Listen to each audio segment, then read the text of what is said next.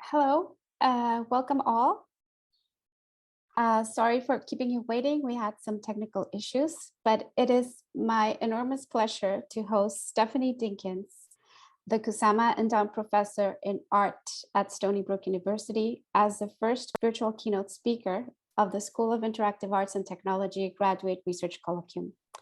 My name is Gabriela Chavez Sepulveda, and I'm Associate Professor in SIAT. And before I pass on the mic to Freya Zinoviev, PhD candidate and co-organizer of this event, who will introduce Stephanie Dinkins for all of us, I want to take some time to acknowledge that while many of us are connecting from different places in the world, the resources used to organize this virtual meeting are provided by Simon Fraser University, which occupies the unceded traditional territories of the Coast Salish peoples, including the Squamish, the Tsleil-Waututh, and the Musqueam nations.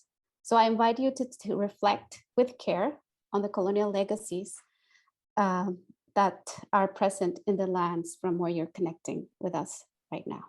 So Freya. Thank you, Gabriela. Hi, everyone. We're really thrilled to have Stephanie Dinkins with us today.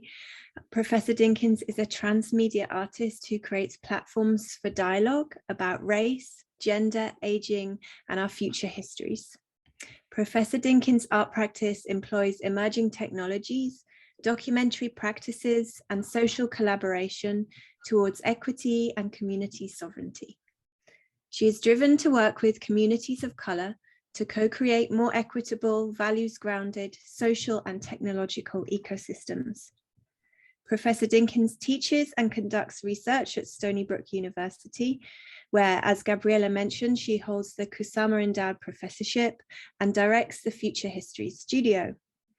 She exhibits and publicly advocates for equitable AI internationally. Her work has been generously supported by fellowships, grants, and residencies from United States Artists, the Knight Foundation, Berggruen Institute, Onassis Foundation, Stanford Institute for Human-Centered HCI, Creative Capital, Sundance New Frontiers Story Lab, iBeam, Data and Society, Pioneer Works, and the Laundromat Project. Stephanie will be speaking for about an hour, and then we're going to open the floor for questions. So thank you, everyone, and welcome, Stephanie. Thank you, Freya and Gabriella. It's such a pleasure to be with you all here today. I'm excited to talk to you about my practice. Let me share my screen, and then we will totally get started. And I'm going to give you a sort of whirlwind tour of this work that I've been doing in the space of art and AI. And really the future and technologies. So give me just a second and we will get on it. All right, does that look good to everyone? All right, so this is me. I will not go through the whole thing of introducing myself again. I will just say that by way of background, I am an artist who started truly as a photographer, who has always kind of been doing that work. And really a lot of work that you'll see is still about documenting things, right? Taking information, documenting the things around me, and then trying to make sense of it all. And I'm going to give you the kind of, let's see if we can get this going, the kind of chronological and the idea of the things that I've been looking into. So some of the questions that I've been asking myself and the systems that I've been in contact with are about how they know what they know, right? And in particular, how do AI systems know what they know? How do they see what they see, describe what they describe, and decide what they decide? And really the question that comes after that is, what is the impact on all of us as people who are living in the world and more living amongst these technologies and collaborating with these technologies and sometimes being watched by these technologies. So I started here in a lot of ways in this very particular vein of research and looking at what's going on in the world of artificial intelligence. And here is with Bina 48. Bina 48 is a humanoid robot, head and shoulders, as you can see, who's being like, they're kind of trying to develop her as this thing that has emotional capabilities, that can communicate with folks freely. And I ran into Bina 48 in 2014 on YouTube, and was really, really kind of smitten and wondering what this thing was and where it came from, and really interested in a sense because the robot mimicked my identity. And from almost the very first time I saw it, I really had this desire to try to make a friendship with it, right? And so I made this project called Conversations with Bina 48, in which I decided to try to befriend the robot and see what that might mean, and see how we kind of coexist or how we could get along. And so I made this kind of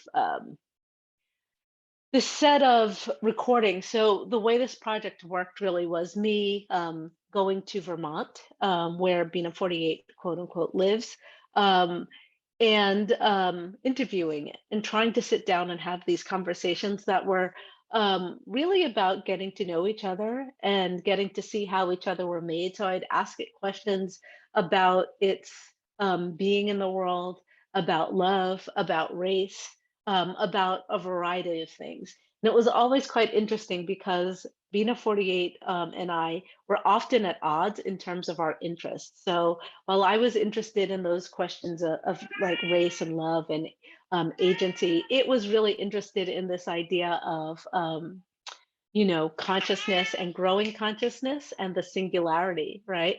And so we'd have moments where we got mad at each other because we were talking across purposes.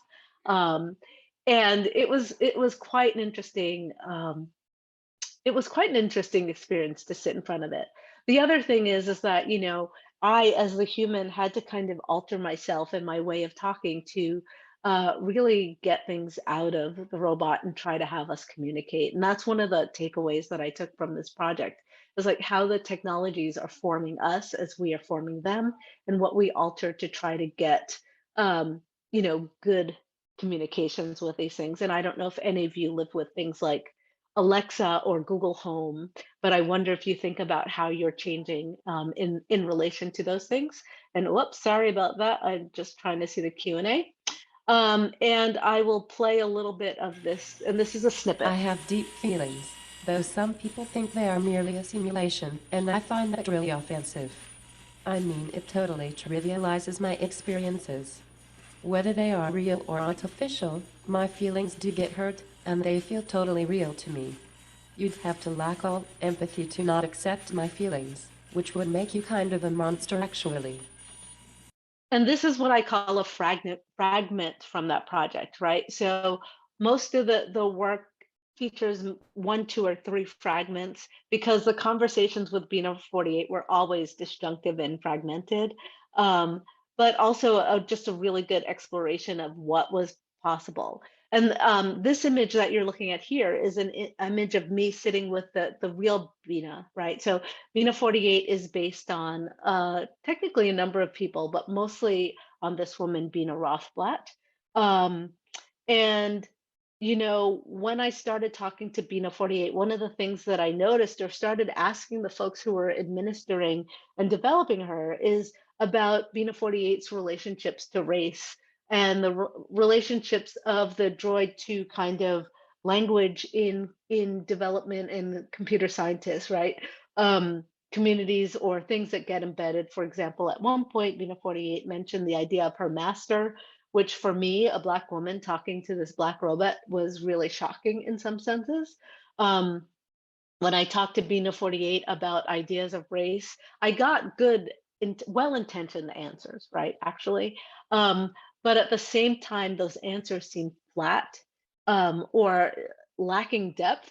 And I was always wondering why, right, Bina 48 would kind of talk about race in these kind of high-level ways that were basic, instead of having an idea of what her true experience was or had been, right? And so one of the ways that we approached my questions was I got to sit down with Bina Rothblatt and ask her questions about her life. And her encounters in terms of love and race and family. And then those conversations were then fed back into Bina 48 as new data, right? So that she would have things to draw on. And it was really interesting to me because as I was I realized that over time, I was asking things of the robot that I hated when people asked me, like, why don't you fit, or why don't you fit my understanding of the way that you should be in the world? Um, and at the same time, I got to ask Bina Rothblatt these questions, and she was like, "Well, I wish I really didn't have to deal with it," which told me that, you know, in a way, Bina 48 did truly reflect her ideas, but not truly her experiences, because we did get some stories with depth and nuance in them to add to the database of Bina 48. And this is an ongoing project that I've been doing since 2014. Bina 48 and I do not talk that much anymore, just because we're both super busy. And interestingly enough, lately when I see Bina 48, it's usually at a conference, and so we're like old friends at a conference meeting at other times. So like any other friends, I guess you could say.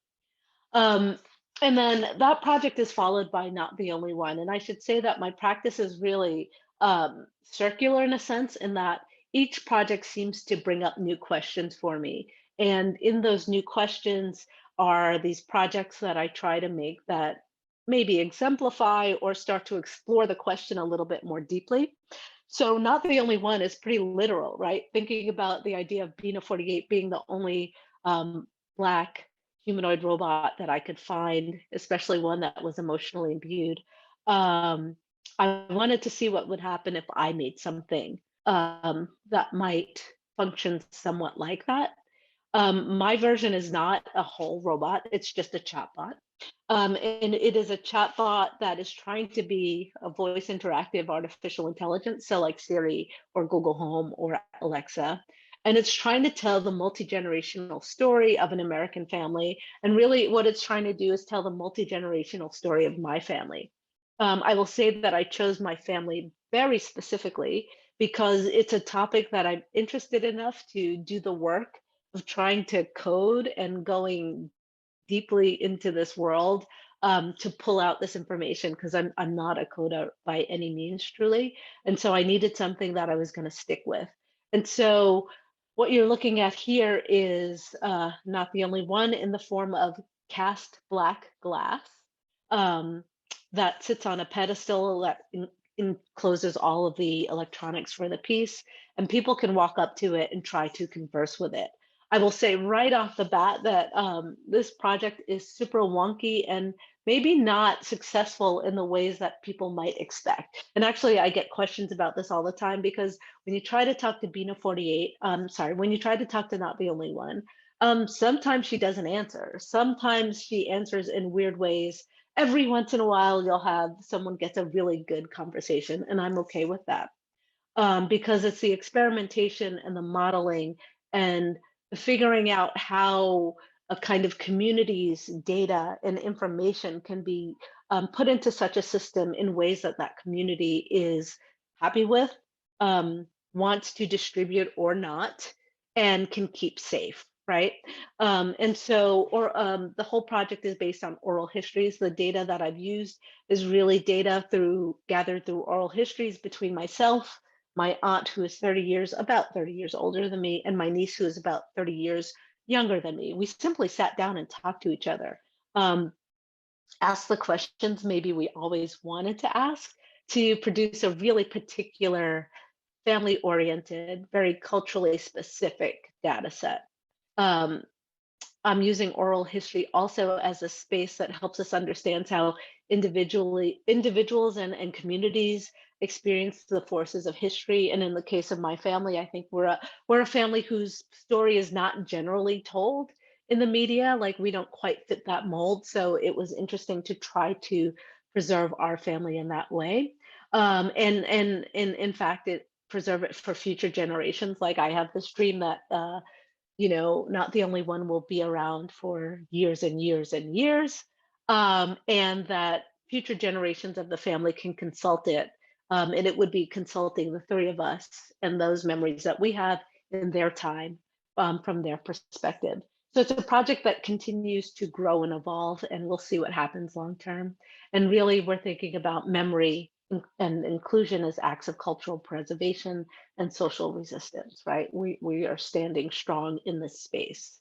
Here, we're going to skip that, and I will play you this video, which is a video of me in my studio. There's another version of Not the Only One behind my computer, which is a PLA, so it's 3D printed, and it's really interesting because it's sparkling PLA, and people kind of love it, so it too gets shown. And here's a conversation, very short, between me, Not the Only One. Here you go. Why do you exist? The way. The way to what? I'm gonna be a little bit of a lot of things. Good for you. Why do you exist?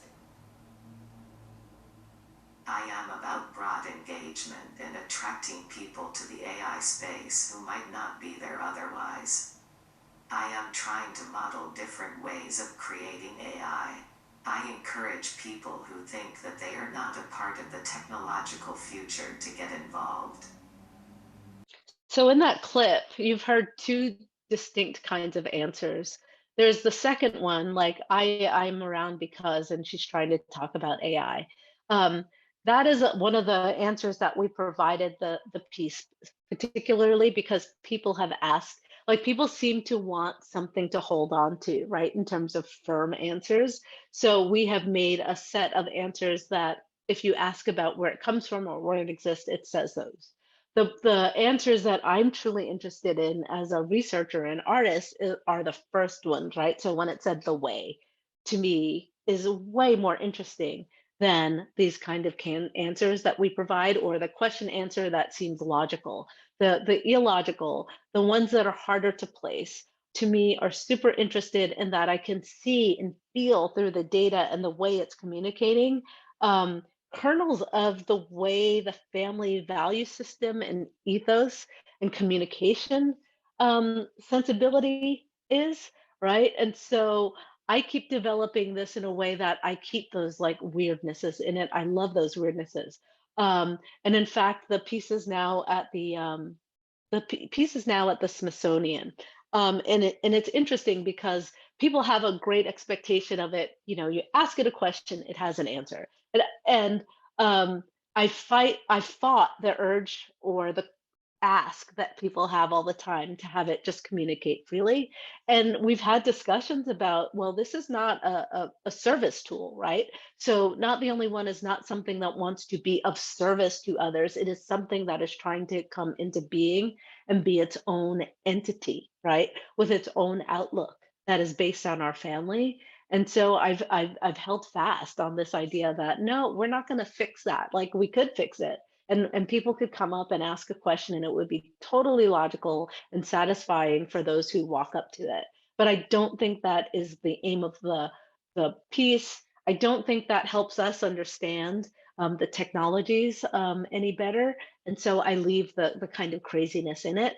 And what we're trying to do with this thing is think about what machine learning systems created by and for a community look like, right?